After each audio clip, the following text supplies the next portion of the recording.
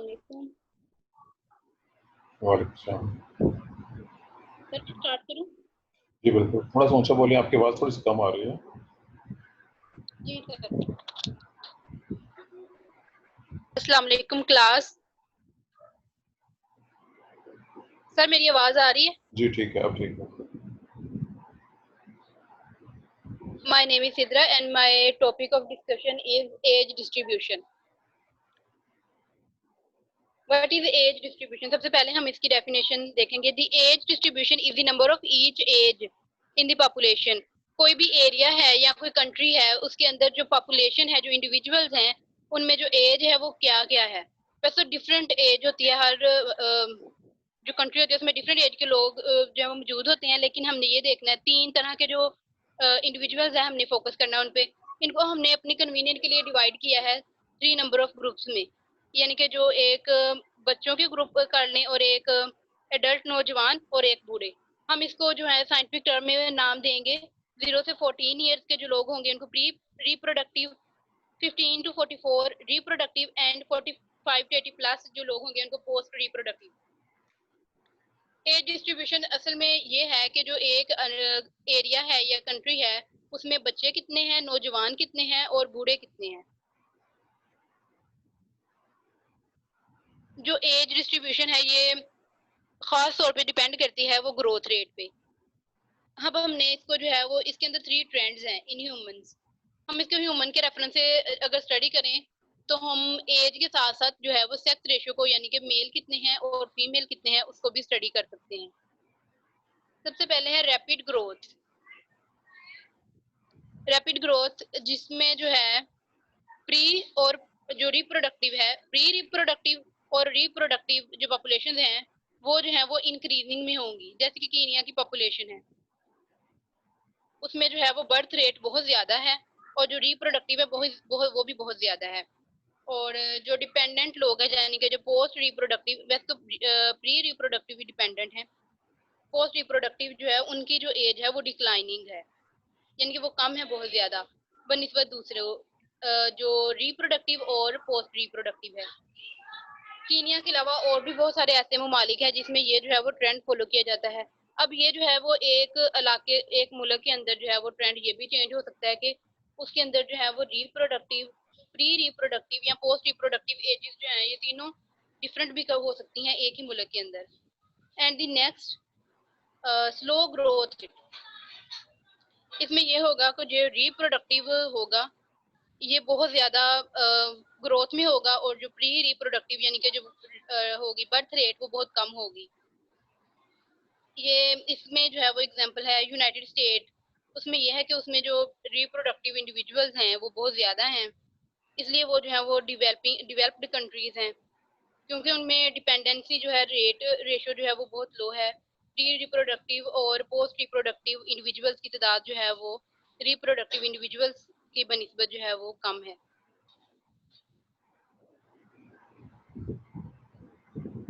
Third है negative growth. इसकी negative diagram growth में आप क्या इसके होगा कि post Sidra reproductive individual. Sidra आपने जो जी सर। अमेरिका का जो है जी सर। उसके ग्राफ को डायग्राम दिखाए ना, आपने सिर्फ डिस्क्रिप्शन दिखाई है, इसका ग्राफ आपने ऊपर कर दिया है। इसका ग्राफ दिखा दें ताकि स्टूडेंट चेक कर लें कि अमेरिका में पॉपुलेशन की जो ये वाला ग्राफ है, ताकि स्टूडेंट उसको जी यहाँ पे सर। एक बार फिर एक्सप्लेन कर दें ताकि नजर आ जाए बच्चों को कि कौन सी एजेस जी ज्यादा है। सर। जी सर ठीक है। ये वाला ग्राफ जो है इसमें स्लो ग्रोथ दिखाई गई है। स्लो ग्रोथ मतलब कि जो रिप्रोडक्टिव हैं इंडिविजुअल्स हैं वो ज्यादा हैं। अब ये देखें नीचे वाले जो 0 to 14 ईयर्स के लोग हैं वो कम हैं, 14 और 50 44 एंड पे आ रहा है। ये वाले इंडिविजुअल्स जो हैं वो ज्यादा हैं और ऊपर से जाकर जो पॉपुलेशन डिक्लाइनिंग हो रही है, यानी कि जो पोस्ट है वो भी कम है, इसमें जो तादाद है वो ज्यादा रिप्रोडक्टिव इंडिविजुअल्स की है। ऐसे ममालिक में यूनाइटेड स्टेट्स आ जाते हैं और जो डेवलप्ड कंट्रीज हैं वो वाले ममालिक हैं जिनमें जो है वो पॉपुलेशन वो वाली ज्यादा है जो कि वर्किंग जो काम करने वाली है या फिर जो रिप्रोडक्टिव है, जो जो मुल्क की बिल्डिंग के लिए काम करती है। बनिस्बत ये कि जो बच्चे और बूढ़े हैं उनकी तादाद बहुत कम है। Is negative growth. Negative growth means कि जो पोस्ट रिप्रोडक्टिव ग्रोथ है इसमें बहुत ज्यादा होगी। जो बूढ़े लोग हैं उसकी तादाद जो है वो इसमें बहुत ज्यादा होगी। इसकी रीजन क्या है कि जो बूढ़े लोग ज्यादा हैं इसमें जो है वो बेटर हेल्थ फैसिलिटीज आ जाती हैं। पाकिस्तान में तो इतनी ज्यादा तादाद नहीं है बूढ़े लोगों की बनिस्बत के जो यंग और जो बच्चे हैं, लेकिन कुछ मुल्क ऐसे हैं जिसमें जो है वो हेल्थ फैसिलिटीज जो है वो बहुत इम्प्रूव्ड हैं। उनमें जो है पोस्ट रिप्रोडक्टिव इंडिविजुअल्स की तादाद रिप्रोडक्टिव और प्री रिप्रोडक्टिव इंडिविजुअल से भी ज्यादा होगी। इसमें जो है वो इटली है जिसमें जो है वो पोस्ट रिप्रोडक्टिव ज्यादा है और रिप्रोडक्टिव इंडिविजुअल्स की तादाद जो है वो बहुत कम है। या जो रिप्रोडक्टिव और प्री रिप्रोडक्टिव है उन दोनों की तादाद जो है वो कम है। अब ये होगी नेगेटिव ग्रोथ इटली। और इसके अलावा इसको फैक्टर्स जो इसको इफेक्ट करते हैं। जस्ट इस डायग्राम को थोड़ा सामने रखें ना ताकि बच्चे इसको देख लें। डायग्राम को इधर तक यहाँ रखें कि बच्चे इसको अच्छी तरह से देख लें कि इसमें जी इसमें एक चीज़ और भी नज़र आ रही है बहुत वाज़ेह तौर पे। इस एज में यहाँ पे वर्क कीजिए कि मेल्स बहुत कम हैं जो आप कह लीजिए कि जो ज़्यादा एज वाले हैं और फीमेल की तादाद ज़्यादा है। मेल्स के मुकाबले में फीमेल की तादाद ज़्यादा है यहाँ पे चूँकि वो जो एज के लिहाज से थी वो शो नहीं की गई है कि कितनी एज शो कर दी गई। ये लास्ट वाला पैरल डायग्राम ठीक है, बहुत अच्छा डायग्राम है जी। आगे चलें। आगे सर इसके जो फैक्टर जो है इसको इफेक्ट करते हैं। बर्थ रेट इफेक्ट करेगी, डेथ रेट और माइग्रेशन रेट। अच्छा अब मैं इसको डिफाइन करती हूँ। बर्थ रेट जिसमें जो है वो बर्थ रेट ज्यादा है, जैसे कि जो पहला था जिसमें प्री रिप्रोडक्टिव और रिप्रोडक्टिव जो थे वो इंडिविजुअल ज्यादा थे। उसकी वजह ये थी कि यहाँ पे वहां पे बर्थ रेट भी ज्यादा था। जो बर्थ रेट था वो बाकी दो हैं तो और जो थर्ड वाला तो है उस निस्बत जो है वो प्री रिप्रोडक्टिव ग्रोथ जो है वो ज्यादा है, जिस वजह से बर्थ रेट इस तरह इफेक्ट करता है। जितना ज्यादा इंडिविजुअल जो है वो पैदा होंगे जाहिर है उतने ही ज्यादा सर्वाइविंग के चांस और नंबर ऑफ इंडिविजुअल बढ़ने के चांस ज्यादा हैं। अगर बर्थ रेट ही बहुत कम होगा तो कुछ ऐसे ममालिक है जिसमें बर्थ रेट बहुत कम होता है, फिर उनको जो है जैसे अमेरिका, वहां पे अगर माइग्रेशन होती रहे, बहुत सारे लोग हैं, अगर वहां पे ना जाए इतने लोग, अगर उनकी बर्थ रेट इतनी ही स्लो रहे तो जो उनका जो निज़ाम है, जो मौशियत का निज़ाम, जो वो जो काम करने का निज़ाम है वो जिस तरह वो चल रहा है उस तरह नहीं चल सकता। इसमें जो है वो माइग्रेशन इस तरह इफेक्ट करती है और डेथ रेट भी इस तरह इफेक्ट करता है। अगर किसी इलाके में बर्थ रेट जो है वो बहुत ज्यादा है तो अगर उतने हिसाब से डेथ रेट नहीं हो रहा तो फैसिलिटी इतनी जो है वो प्रोवाइड नहीं होंगी। जैसे पाकिस्तान है, इंडिया है, बांग्लादेश, दूसरे मुल्क हैं जिसमें बर्थ रेट बहुत ज्यादा तो होता है लेकिन डेथ रेट भी उतना ही ज्यादा है बिकॉज ऑफ वहाँ पे जो है वो फैसिलिटीज नहीं है हेल्थ की और दूसरी फैसिलिटीज नहीं है जिसमें वो जो है वो ग्रो कर सके इंडिविजुअल। इस तरह जो है इसमें डेथ रेट और बर्थ रेट इसको इफेक्ट करता है। माइग्रेशन रेट इस तरह इफेक्ट करता है कि किसी मुल्क की जो है वो पॉपुलेशन बहुत ही कम है तो वहाँ पे जो है इंडिविजुअल अगर जाते हैं तो उसकी जो है पॉपुलेशन वो इम्प्रूव हो जाएगी।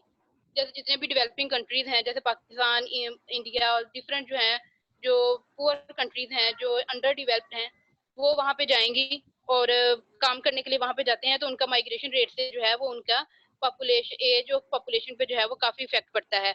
यानी कि जो होते हैं नौजवान वही काम करने के लिए जाएंगे तो जाहिर है उनका जो नौजवान की तादाद जो रिप्रोडक्टिव एज के लोग होंगे वो वहाँ पे ज्यादा हो जाएंगे। ये भी एक वजह है कि डेवलप्ड कंट्रीज में जो है वो रिप्रोडक्टिव जो है वो ज्यादा है बनिस्बत प्री रिप्रोडक्टिव और पोस्ट रिप्रोडक्टिव के।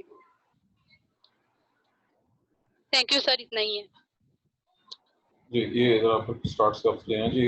क्लास की तरफ से जी कोई क्वेश्चन? इसको नीचे कर दीजिए, सॉरी स्टार्ट पे आना है। इसे अगला पेज जी ये हो रहा है जी। क्लास की तरफ से कोई क्वेश्चन जी? अगर क्लास की तरफ से कुछ क्वेश्चन पूछना चाहें मैं आपको अलाउ कर रहा हूँ अनम्यूट।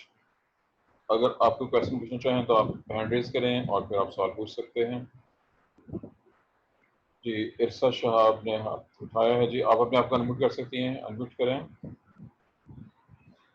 सर इसने भी कहा है कि जो डेवलप्ड कंट्रीज होती हैं उसके अंदर जो है वो रिप्रोडक्टिव स्टेज जो है वो ज्यादा होते हैं वो करें, लेकिन अगर उस डेवलप्ड कंट्रीज के अंदर तो हेल्थ फैसिलिटीज भी ज्यादा होती हैं छोटे बच्चों के लिए भी और बूढ़े लोगों के लिए भी, उनकी क्यों कम होगी? जी इसका जवाब, चूंकि ये स्टेटमेंट सिद्रा का है जी, इसका जवाब सिद्रा ने देना है। सिद्रा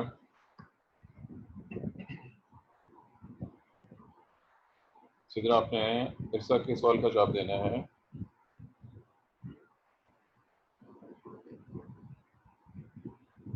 सिद्रा, अपने आप को अनम्यूट करें और इरसा के सवाल का जवाब देना है आपने।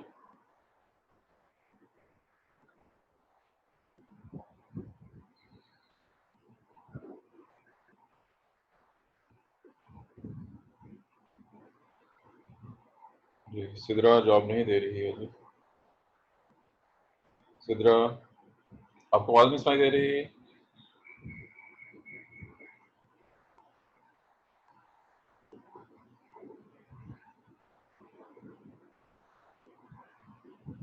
सिद्रा, अपने आप को अनम्यूट करें और इरसा के सवाल का जवाब दें। मेरी आवाज आ रही है सर? हाँ जी, अब आ गई है। जी जी सर, रिपीट कर दे क्वेश्चन। सवाल किया है इरसा ने। इरसा, आप खुद रिपीट करें अपना क्वेश्चन और वो डायग्राम हुई वाली निकाल लीजिए, डेवलप कंट्री वाली जो है। मैंने पूछा है कि डेवलप कंट्रीज में अगर रिप्रोडक्टिव स्टेज जो है वो ज्यादा होती है, लेकिन उसके अंदर हेल्थ फैसिलिटीज भी तो ज्यादा होती है ना, बूढ़ों के लिए भी और बच्चों के लिए भी, उनकी पॉपुलेशन क्यों कम होती है? इरसा, मुझे लगता है आपने ये क्वेश्चन पूछा है अमेरिका में बेटर हेल्थ फैसिलिटी है तो फिर भी बच्चों की जो है वो तादाद कम क्यों है, क्योंकि वहां पे बर्थ रेट ही कम है। मुझे आपकी क्वेश्चन की ठीक से समझ नहीं आ रही, मुझे बस ये समझ आ रही है। और पोस्ट रिप्रोडक्टिव क्यों कम है? नहीं, ये पहले डायग्राम समझ लेते हैं ना। अच्छा, post productive. Diagram post reproductive इसलिए कम सिद्रा, होंगे क्योंकि मैंने आपको बताया ना माइग्रेशन एक। जी, जो डायग्राम है ना उसके सामने डायग्राम सामने रखे ना, फिर उसको एक्सप्लेन करें। मेरी आवाज आ रही है? आवाज आ रही है। आप जो है डायग्राम जो है, जो मतलब का डेवलप कंट्रीज वाली जो डायग्राम है पिरामिड, वो सामने रखें और फिर एक्सप्लेन करें उसको। जुबानी एक्सप्लेन करने के लिए चूंकि डायग्राम मौजूद है ना आपकी, इसको आप आगे ले जाएं, स्लाइड्स को आगे ले जाएं, जहां पे डायग्राम मौजूद है वो वाली डायग्राम सामने निकाल के।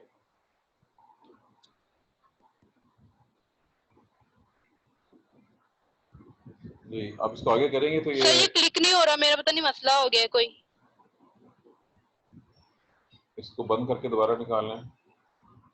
चले, चूंकि सिद्रा आपके सवाल को ना तो समझ पा रही है प्रॉपर, ना जवाब दिया है, मैं इसका जवाब मैं दे देता हूँ। सिद्रा ने उसमें एक दूसरा फैक्टर जो था, बल्कि इसमें दो मिस्टेक है, मैं मिस्टेक बाद में पॉइंट आउट करूंगा दूसरे। इसने एक चीज को जो है बयान नहीं किया है, याद रखिए। ये चीज जब मैंने टॉपिक पढ़ाया था तो मैंने वाज़ेह तौर पर ये वर्डिंग थी, उसको आप चेक कर सकते हैं, दोबारा चेक कर सकते हैं कि दुनिया में टाइम के साथ साथ, सोशल सेटअप के साथ साथ, आपकी मुआशी कंडीशन के साथ साथ इंसानों के जो ज़हनी रुझानात हैं वो चेंज होते जाते हैं। अब यहाँ तक तो बात दुरुस्त है, जो उसने डायग्राम दिखाई है तकरीबन ठीक है, लेकिन उसमें एक चीज़ कि इसका बर्थ रेट क्यों कम है, उसका ताल्लुक इस चीज़ से है कि डेवलप कंट्रीज में जो लोग रहते हैं एजुकेशन के लिहाज से, अदर रीज़न से, उनमें बच्चे कम पैदा करने की टेंडेंसी है। वो खुद कम बच्चे पैदा करते हैं, वो बच्चों के बगड़े में नहीं पढ़ना चाहते। बहुत से लोग चाहते हैं कि वो बच्चे पैदा ही ना करें। अब ये वो ट्रेंड है जिसकी वजह से वहाँ पे बर्थ रेट कम हो रहा है। अगर आप डायग्राम को देखती हैं तो डायग्राम में वहाँ पे बहुत से लोग ऐसे हैं जो रिप्रोडक्टिव एज में हैं, उनका बर्थ रेट ज़्यादा नहीं है। बर्थ रेट कम होने की वजह उनकी टेंडेंसी है, वो खुद नहीं चाहते कि वो बच्चे पैदा करें, जबकि ऑपोजिट गरीब मुल्कों में इसका बिल्कुल ऑपोजिट है। वहाँ पे लोग जानबूझ के ज़्यादा बच्चे पैदा करते हैं, वहाँ पे बच्चे कम पैदा करने नहीं बल्कि ज़्यादा बच्चे पैदा करने का रुझान मौजूद है। जी, ये इरसा के सवाल का जवाब था जी। और दूसरा एक और पॉइंट, चूंकि सिद्रा ने फिर वो गायब कर दी है, इसने जो शुरू में क्लासिफिकेशन दी है उसमें मिस्टेक है, और ये मिस्टेक फिर मेंबर मैंने इसको सर वाज़ेह जी तौर मैं पर, गायब नहीं कर रही, वो शो नहीं हो रहा। कोई बात नहीं, मैं उसको एक्सप्लेन कर रहा हूँ, बाकी क्लास सुन रही है। इन्होंने जी जो दरमियान जी वाला सर। है रिप्रोडक्टिव एज, वो शो की है 15 से लेके 45 तक। चूंकि इन्होंने जो पिरामिड दिखाए हैं उसमें मेल और फीमेल दोनों सेपरेट शो किए हैं। आपको याद हो मैंने ये पॉइंट एक्सप्लेन किया था कि मेल्स और फीमेल की रिप्रोडक्टिव एज में बहुत ज़्यादा डिफरेंस है। फीमेल के लिए ये एज जो 45 वाली है ये गलत है। फीमेल की एवरेज रिप्रोडक्टिव एज की जो मिनिमम जो अपर लिमिट है वो 15 से लेके 50 तक है, 50 एवरेज है, क्योंकि फीमेल 45 से लेके 55 ईयर्स 10 साल का पीरियड है जिसमें मेनोपॉज किसी वक्त भी हो सकता है। चुनांचे उसकी एवरेज है वो 50 ली जाएगी। अगर आप फीमेल को शो करनी है तो 15 से 50, और मेल्स के लिए ये स्टार्ट तो 15 से हो गई, लेकिन इसकी अपर लिमिट तकरीबन जो है वो 75-80 की रेंज तक है। मेल जो हैं वो मोर रिप्रोडक्टिव हैं लाइफ स्पैन के लिहाज से फीमेल्स के मुकाबले। जब हम एवरेज निकालते हैं, दोनों को इकट्ठा रखते हैं, तो फिर उसको 60 पे ले जाते हैं, लेकिन याद रहे मेल और फीमेल की रिप्रोडक्टिव एज में बहुत ज़्यादा डिफरेंस मौजूद है। पहले ये था जी all about presentation of Sidra. इस टॉपिक को हम स्टॉप कर रहे हैं।